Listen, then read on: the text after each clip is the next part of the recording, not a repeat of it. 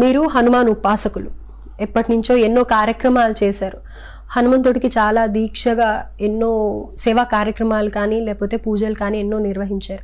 అయితే ఈ హనుమంతుడి భక్తులు ఎవరైతే ఉన్నారో ఈ ఉపాసన చేయాలన్నా లేకపోతే కనుక దీక్ష తీసుకోవాలన్నా హనుమంతుడికి ఏ విధమైన పూజ చేస్తే ఎలాంటి ఫలితం ఉంటుంది అనేది మీ మాటల్లో ఒక్కసారి మా ప్రేక్షకులకి చెప్పండి.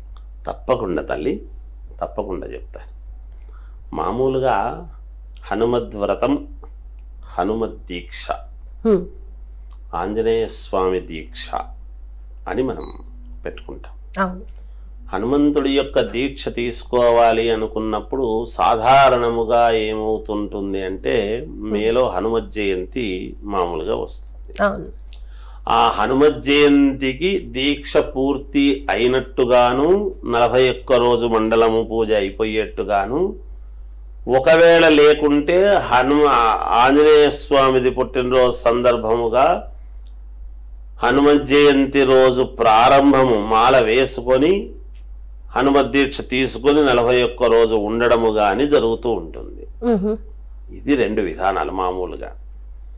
ఇదే కాకుండా మిగతా రోజుల్లో కూడా తీసుకోవచ్చునా? చాలా మందికి తెలియని విషయం ఏమిటి అంటే ఆంజనేయ స్వామికి అనుకుంటే చాలా కోరికలు నెరవేర్చగలిగినటువంటి ఇది ఉంటుంది, నెరవేరుతాయి కూడా. నేను పంచముఖ ఆంజనేయ స్వామి ఉపాసకుడిగా అనుభవపూర్వకముగా నేను చెప్తున్నా.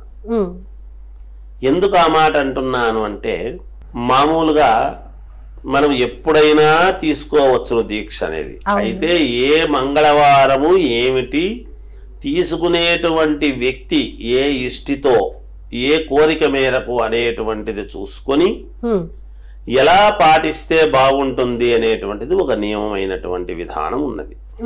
అది 11 రోజుల 27 రోజుల లేకపోతే 41 రోజా అనేటువంటిది మినిమం.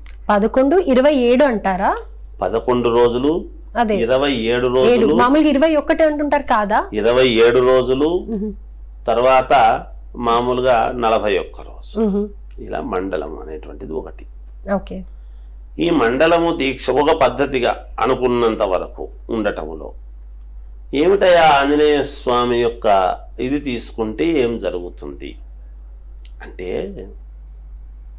ఆంజనేయ స్వామి దీక్ష తీసుకున్న దాని వలన ఎక్కడ ఎంత మాట్లాడాలనో అంతే మాట్లాడడం, ఎక్కడ ఏది అవసరమో అంతే చెప్పటం, అంటే వాక్ నియంత్రణ అనేటువంటిది ఏర్పడుతుంది ముందు. అవును, ప్రతి ఒక్కరికి అదే ఇంపార్టెంట్ కదా. మనుషులకు ఉదయం లేస్తే మన నాలుక ఏది బుద్ధి పుడితే అది మాట్లాడుతుంటుంది, ఎటు పోతే అటు రుచి చూస్తుంటుంది, ఒకరిని తొందరగా దూషించడం అనేటువంటివి జరుగుతూ ఉంటాయి. అనవసరమైనటువంటి ప్రసంగాలు ఎన్నో చేస్తుంటాం. ఆంజనేయ స్వామి దీక్ష తీసుకున్న దాని వలన ముందు వాక్ నియంత్రణ ఫస్ట్ మొట్టమొదట, తర్వాత మనస్సంకల్ప సిద్ధి, మనోజవం మారుతతుల్య వేగం అని తాను అనుకున్నటువంటి సంకల్ప బలము చేత తొందరగా వాయువేగముతో పొందగలిగినటువంటి శక్తినిస్తాడు ఆంజనేయ స్వామి. మనకు ప్రతిదీ శీఘ్ర ఫలితాలు కావాలని కోరుకుంటాము కదా. అలా కోరుకున్నప్పుడు ఆంజనేయ స్వామి తప్పకుండా శీఘ్ర ఫలితాలు ఇస్తాడు, వాయువేగముతో ఇచ్చేది చేస్తాడు. ఇంకొకటి కూడా ఏమి అంటే అతి కష్టమైనటువంటి ఇది, మేము ఎప్పటి నుంచో ప్రయత్నాలు చేస్తున్నాము విదేశాలకు వెళ్ళాలి అని కానీ, ఈ వివాహం కాలేదు అని కానీ, ఈ ఉద్యోగం కోసం నేను ఎంత ప్రయత్నమో చేస్తున్నానని కానీ, ఈ ఇల్లు కొనాలని నేను చాలా ప్రయత్నం చేస్తున్నాను అని కానీ, ఇలా ఏవో బలమైన కోరికలు ఉంటాయి. ఆ బలమైనటువంటి కోరికలన్నీ కూడా మనము ఈ దీక్ష చేస్తే ఏమవుతుంది అంటే ఖచ్చితముగా ఆంజనేయ స్వామి నెరవేరుస్తాడు, ఖచ్చితంగా నెరవేరుస్తాడు. అది మనము అనుకునేటువంటి దాన్ని బట్టి ఉంటుంది, మనము సంకల్పము చేసుకునే దాన్ని బట్టి ఉంటుంది. ఎర్రటి వస్త్రములు ధరించడము, కాషాయ వస్త్రములు ధరించటము, ఆంజనేయ స్వామిది రోజు చేయాల్సింది ఏమిటి అంటే సుందరకాండ పారాయణము ఘట్టాన్ని మామూలుగా ఈ 11 రోజుల పాటో లేకపోతే 27 రోజుల పాటో, అది లేకుంటే 41 రోజు పాటు కానీ మనము ఈ సర్గలు ఉన్నాయి 68, ఇవి మొత్తము కూడా అనుకూలంగా చదువుకోవటము లేదా వినటం ఒకటి పెట్టుకొని. అయితే ఈ సుందరకాండ పారాయణం వినమంటున్నారు కదా మీరు, దీనికి కూడా ఎక్కడంటే అక్కడ ఆపడం అలాంటివి చేయకూడదు అని అంటారు కదా, మరి ఆ నియమాలు ఎలా? సర్గలు ఉన్నాయి కదా, అదే ఒకటవ సర్గన, రెండవ సర్గన, మూడవ సర్గన పూర్తి అయ్యేంత వరకు చదివి సర్గ దగ్గర ఆపడమే. సర్గ పూర్తి మొదలు పెట్టే ముందు టెంకాయ కొట్టి తాంబూలము నివేదన చేసి ప్రారంభించడం, పుస్తక పూజ చేసి రాముల వారి యొక్క పూజ చేసి ఆంజనేయ స్వామిది ప్రారంభించడం. అలాగే ఆంజనేయ స్వామి దీక్ష విరమణ చేసిన తర్వాత రాముల వారికి మళ్ళీ టెంకాయ కొట్టి ఇది చేయటం. ఆయనకు ఆంజనేయ స్వామికి ఆయనను పూజ చేసేదానికంటే రాముల వారికి పూజ చేస్తే ఆయన సంతోషిస్తాడు, ఈయన శీఘ్ర ఫలితాలు ఇస్తాడు. మనం స్విచ్ ఎక్కడో వేస్తే లైట్ ఎక్కడో వెలిగినట్టుగా అలా ఆంజనేయ స్వామి ఇది. కానీ సుందరకాండ పారాయణ చదువుతాం, మొదలు పెట్టాలి అన్నప్పుడు ముందు రాముల వారి యొక్క ఇది చదువుకొని, రాముల వారి రామశబ్దము మనము మొదలు పెట్టాము అంటే హనుమ ఎక్కడ ఉన్నా వచ్చి ఇక్కడ కూర్చొని ఉంటాడు అనమాట. అది ఆయనకున్నటువంటి వినయం. ఈ దీక్ష తీసుకున్న దాని వలన కూడా వినయము విధేయత ఏర్పడుతుంది, పూజ్యభావం ఏర్పడుతుంది, పెద్దల యందు గౌరవం ఏర్పడుతుంది. ఒక్క మాట కూడా మీ నుండి ఇంకొక మాట వేరే విధంగా రాదు, ఒకరిని దూషించే విధంగా రాదు ఈ దీక్ష తీసుకున్న దాని వలన. ఎదటి వాళ్ళు ఒకవేళ మనల్ని పొరపాటుగా అనుకున్నా కూడా సరే భగవద్ నిర్ణయము అనుకుని సర్దుకోవటం అనేటువంటిది జరుగుతుంది.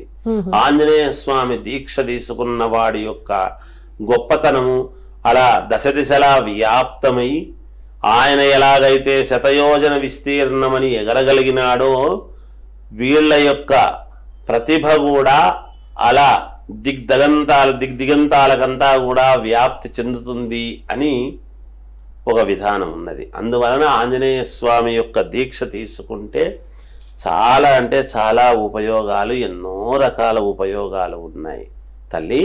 కాకపోతే మనం ఆ బ్రహ్మచర్యము పఠించటము, ఆ చాపనిద్ర చేయటము, ఆంజనేయ స్వామికి అనుకూలముగా ఉండటము, అలా చేయటం అనేటువంటిది మన మనస్సును బట్టి ఉంటుంది, మన ఏకాగ్రతను బట్టి ఉంటుంది, మనం చేసే విధానంలో ఉంటుంది గొప్పతనం అంతా. అయితే ఇప్పుడు మీరు చెప్పిన దీక్ష నియమాలు ఏవైతే ఉన్నాయో అవి అందరూ తప్పకుండా పాటించాల్సిందేనా, లేకపోతే కొన్ని ఏమన్నా?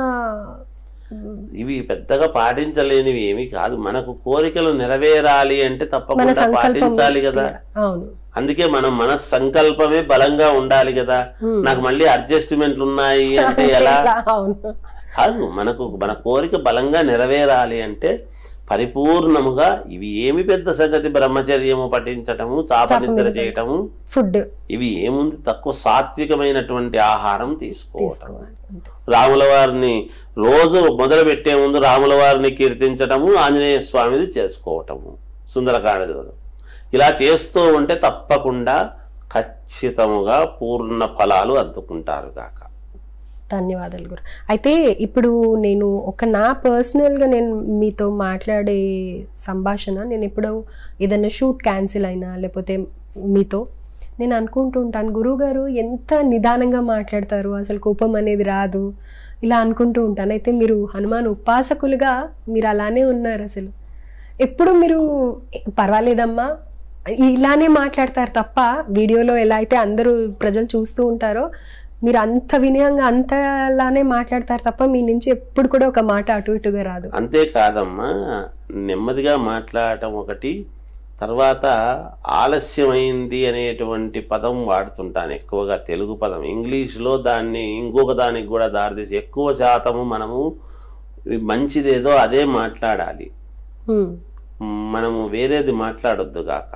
నేను అందుకనే ఒక పద్యము చెప్పిన, సిరి తా వచ్చిన వచ్చును సల్లితముగా నారికేళ సల్లిమి భంగిన్ అన్నాడు. రెండవది నేను చెప్పను, ఎందుకంటే మనకు వచ్చేదే కావాలి, ఇంకో దాని గురించి ఎందుకు అని కదా అందరూ ఆలోచన చేస్తారు.